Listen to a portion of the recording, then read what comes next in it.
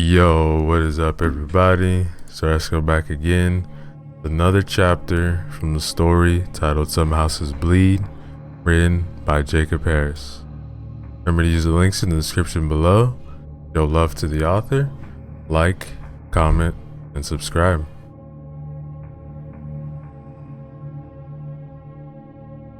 Chapter 9.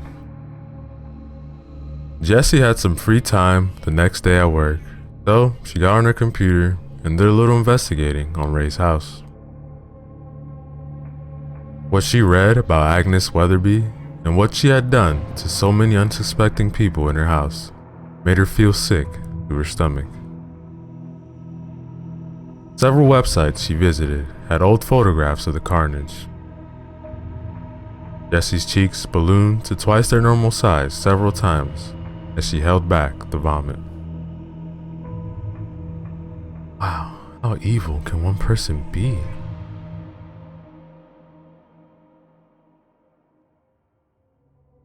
Clicking away from the search, Jessie opened the tab containing the website Maria had told her about. It gave out far too much information about people. Before Jessie was a very long list of addresses that Ray had lived at. The most recent address was the house he lived at now, but Jessie wondered what had led Ray to move away from these other homes after having lived in them for such short amounts of time.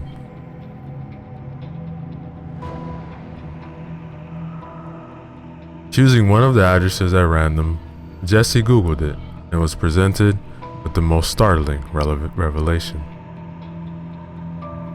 Several stories appeared about the house reportedly being haunted. Thinking it to be nothing more than an eerie coincidence, Jessie Googled another random address. Again, he was presented with several stories about the house's haunted history. No matter which house Jessie Googled, the result was always the same. Every one of the houses Ray had lived in had some sort of reported haunting attached to it. How can this be? One of the stories had a video attached to it. In this video, two boys had sneaked into the house at night, armed with only their flashlights and the phone they were using to record the video. What's that sound? Shut up! The sound of footsteps on the floor above them was coming crystal clear. There's someone else in here, bro. No, there isn't. Why are you being such a chicken? Hey, at least I didn't pee myself at the carnival last October. Look, I told you I spilled my soda on my lap. That's why I was wet. No soda smells like what you smelled like. What sounded like whispering could then be heard. So help me if you get in the way of me finding all that treasure. There's no treasure in here. There are only demons in this house.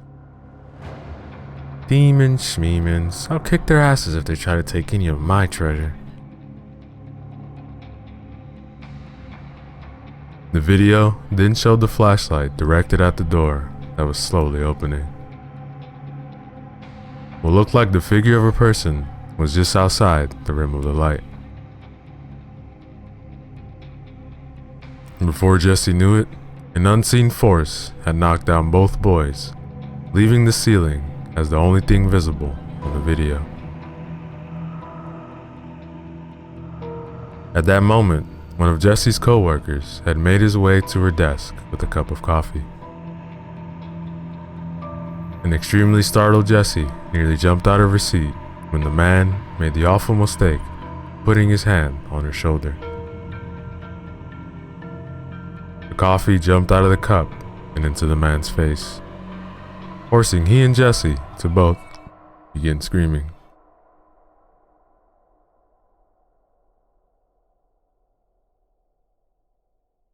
Ray had again heard the pipes knocking in his basement and had gone to check them out. The basement was exactly what was expected to be from a house that age. It had a dirt floor and was kept illuminated by a single bulb hanging from the center of the room. The light, however, did little to illuminate the room, as it was still very difficult to see.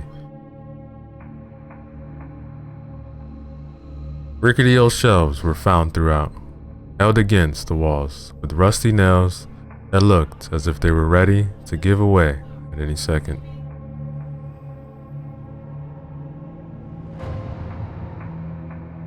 Finding the pipes, Ray began inspecting them.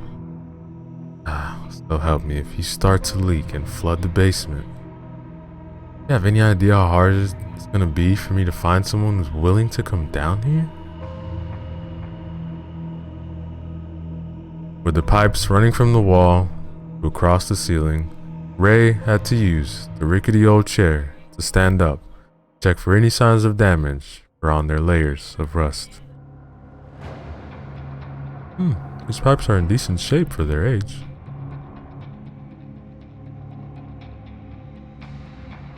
So engrossed in his inspection was Ray that he failed to notice a set of footprints in the dirt, making its way closer to him. Puffs of dust popped up with each step. If I fall off the chair and hurt myself, can I sue the homeowner? Wait, that's me. As if on cue, one of the chair's legs broke, sending Ray falling off and crashing into some shelves. The force was enough to loosen the nails anchoring the shelves onto the wall, but not quite strong enough to completely pull them out. Glass jars filled with tacks and rusty nails tipped over, but did not spill their contents onto Ray, who was now flat on his back.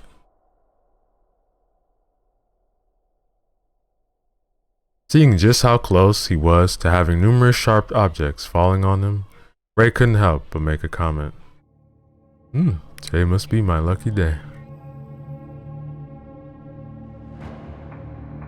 Much to Ray's dismay, the nails that were anchoring to the shelves onto the wall gave way, and the shelves and all their contents came crashing down on top of them. And that, ladies and gentlemen, is the end of Chapter 9.